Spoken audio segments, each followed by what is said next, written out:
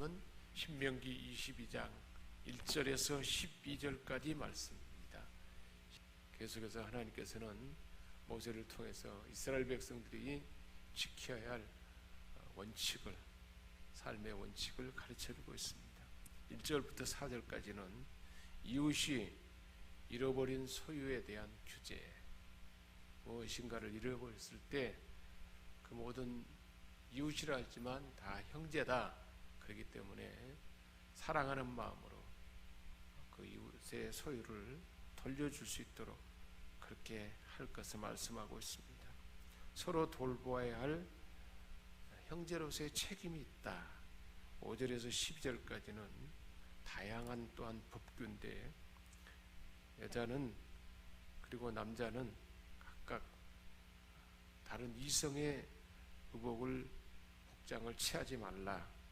그리고 또 생명을 존중하는 마음으로 어미새와 새끼가 있을 때는 어미는 반드시 그대로 두어서 계속 종족이 번식되도록 하고, 새끼는 취할 수 있지만 동시에 취하지 말라. 새 집을 지었을 때는 사람이 사고를 당하지 않도록 지붕 난간을 반드시 만들라. 안전을 위한 필요한 장치를 다 하도록 그렇게 규정하고 있습니다. 내 형제나 소나 양이 길을 잃은 것을 보거든 못 본 채 하지 말고, 나와 상관없으니까 그것을 못 본 채 하지 말고 그것에 숨기거나 시선을 돌려서 모른 척 하지 말라는 겁니다. 너는 반드시, 그런 경우에 반드시 그것을 끌어다가 내 형제에게 다시 돌려주라. 주인에게 돌려보내도록 하라. 그렇게 말씀하고 있습니다. 그런데 그 잃어버린 소나 양이 아주 멀리 떨어져 있으면 멀리까지 지금 갖다 줄 수가 없잖아요. 그래서 그가 내가 그를 알지 못하거든. 그가 누군지, 그 누구의 것인지 알지 못하면 그 짐승을 자기 집에다가 끌고 와서 형제가 찾기까지 보관해 두었다가 그에게, 주인에게 돌려주도록 하라. 방황하고 잃어버린 모든 짐승이라 할지라도 그것을 반드시 못 본 채 하지 말고 내 것처럼 소중히 여기면서 반드시 주인에게 돌려주도록 그렇게 할 것을 말씀하고 있습니다. 나귀나 어떤 이웃의 소유물도 다 그렇게 하라. 이웃의 잃어버린 소유에 대해서 3절에 말씀하고 있습니다. 의복이라도 그리하고 형제가 잃어버린 어떤 것이든지 내가 얻거든 다 다시 주인에게 돌려주도록 하라. 그리고 못 본 채 하지 말라. 그리고 4절에는 또 적극적입니다. 내 형제의 낙이나 소가 길에서 넘어진 것을 보거든, 넘어졌으면 그거 일으키려면 그 짐을 다 드러내야 돼요. 그리고는 그것을 이제 넘어진 상태에서 딱 엎어리면 그 짐승들이 못 일어난단 말이에요. 함께 힘을 합쳐서 일으켜줘야 되는데, 그럴 경우 못 본 채 하지 말고 형제를 도와서 일으켜주도록 하라. 가끔씩 지하철에서 사람이 잘못해서 빠졌단 말이에요. 그리고 차가 들어왔을 경우 그 사이가 틈이 약하니까 그것을 한 사람, 두 사람이 먼저 차를 이렇게 다 밀고 그러면 거기에 있는 사람들 전부가 다 달려들어가지고 함께 밀어서 그 건져내는 그런 모습을 볼 수 있는데, 다 형제의 어려운 처리가 있을 때 그것을 못 본 채 하지 말고 내 것처럼 여기며 그것을 반드시 도와서 그렇게 할 수 있도록 하라 라고 말씀하고 있습니다. 그리고 이제 5절부터 다양한 규례에 대해서 8절까지 말씀하고 있는데, 여자는 남자의 의복을 입지 말 것이요 남자는 여자의 의복을 입지 말 것이라. 동성연애가 이 동성을 사랑하고 하는 이러한 어떤 잘못된 이성관 이런 것들이 아예 틈을 타지 못하도록 이런 옷 입는 것까지도 그렇게 하지 말라. 하나님 앞에 가증한 것이다. 그러면서 그런 것들을 잘 지키도록 말씀하셨고, 새의 둥지를 발견할 경우, 새가 새끼를 품고 있거나 알을 품고 있을 때는 그 새가 사람이 보고 있어도 빨리 도망하지 않습니다. 새끼를 보호하기 위해서. 그럴 경우 이제 새끼나 알이 있고 어미새가 그 새끼나 알을 품은 것을 보면 어미새와 새끼를 다 같이 취하지 말라요. 다. 그래서 그럴 경우는 어미새는 반드시 놓아줘라. 알을 계속 낳을 수 있도록, 종족이 계속, 생명이 계속 유지될 수 있도록, 동식물에 대해서도 생명을 소중히 여기는 그런 자세를 취할 것을 말씀해주고 있습니다. 그래야면 내가 복을 누리고 장수하리라. 그런 동물, 식물도 함부로 취하지 아니하고 함부로 대하지 아니하고 그렇게 생명을 존중하고 소중히 여겨야 복을 누리고 장수하게 될 것이다. 결국은 그래서 다 망가지고 생태계가 파괴되면 어떻게 될까요? 그러면 결국 사람에게 손실이 오는데, 하나님이 생태계가 먹이사슬을 통해서 계속 이런 것이 유지될 때 건강한 지구 환경이 이루어지기 때문에 그렇게 해야 될 것을 우리 하나님께서는 이렇게 말씀해주고 있습니다. 자연보호, 그리고 또한 수질보호, 대기환경보호 이런 것들 다 마찬가지죠. 가끔씩 보면 새벽에 사람들이 쓰레기를 태워서 막 비닐 같은 것을 태워서 냄새를 풍기고 그러는데, 쓰레기를 자기는 없게 하려고 태우지만 환경에 그 좋지 않은 공해를 발생하게 하잖아요. 그러한 자연 환경을 파괴하는 일을 행하지 말 것을 우리 하나님은 이스라엘 백성들에게 이렇게 오래전에 이런 원칙을 가르쳐 주셨습니다. 그리고 새 집을 지었을 때, 새 집을 지어서 옥상 같은데 이제 그 난간이 없으면 사람들이 그 난간이 없어서 어린아이나 실수해서 넘어지면 상해를 떨어질 수가 있으니까, 그래서 그럴 때는 반드시 추락을 방지할 수 있는 난간을 만들라. 그래서 생명을 지키는 최선의 안전장치를 하도록 하라. 그렇게 해야 내 피가 내 집에 돌아갈까 하노라. 그래서 사람이 죽으면 그 피가 하나님 피값을 묻는다.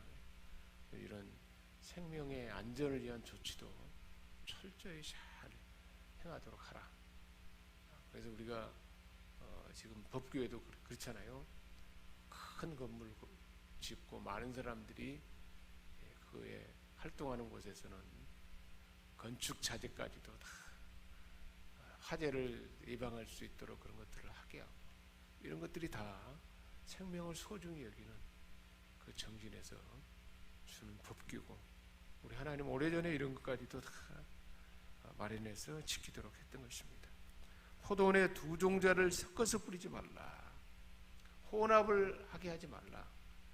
이런 모든 것들이 다 이방의 어떤 문화와 혼합되지 않도록 하는 것을, 이러한 품종까지도 다, 그래서 순수한 품종이 그대로 유지되도록 하라.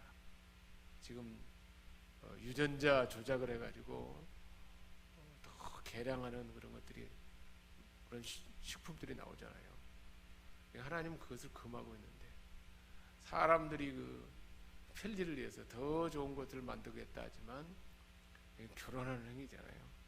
이런 것을 하지 말라는 거예요. 두 종자를 섞어서 뿌리지 말라.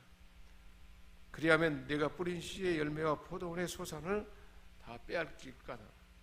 더 많아질 것 같지만 하나님이 그것을, 하나님 은혜를 주지 아니하면, 하나님이 열매를 주지 아니하면 그것은 다 없어진 거나 마찬가지다.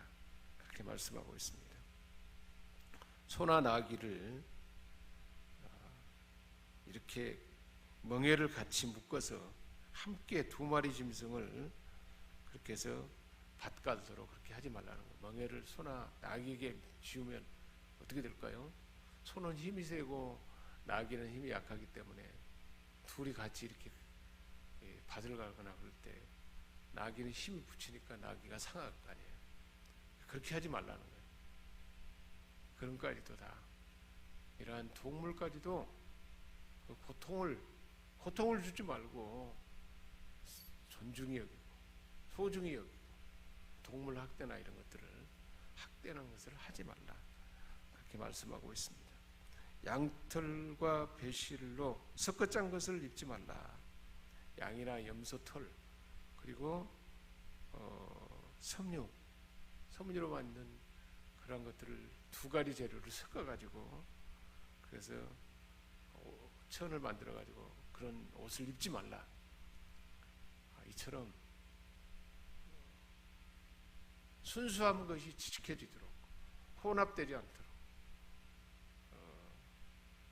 우리가 그리스도인으로서 하나님의 말씀을 따라서 신앙인으로 살아갈 때 세상에 좋지 않은 것에 혼합되지 않도록 그런 것을 조심하라 하는 그 마음이 여기에 다 담겨 있습니다.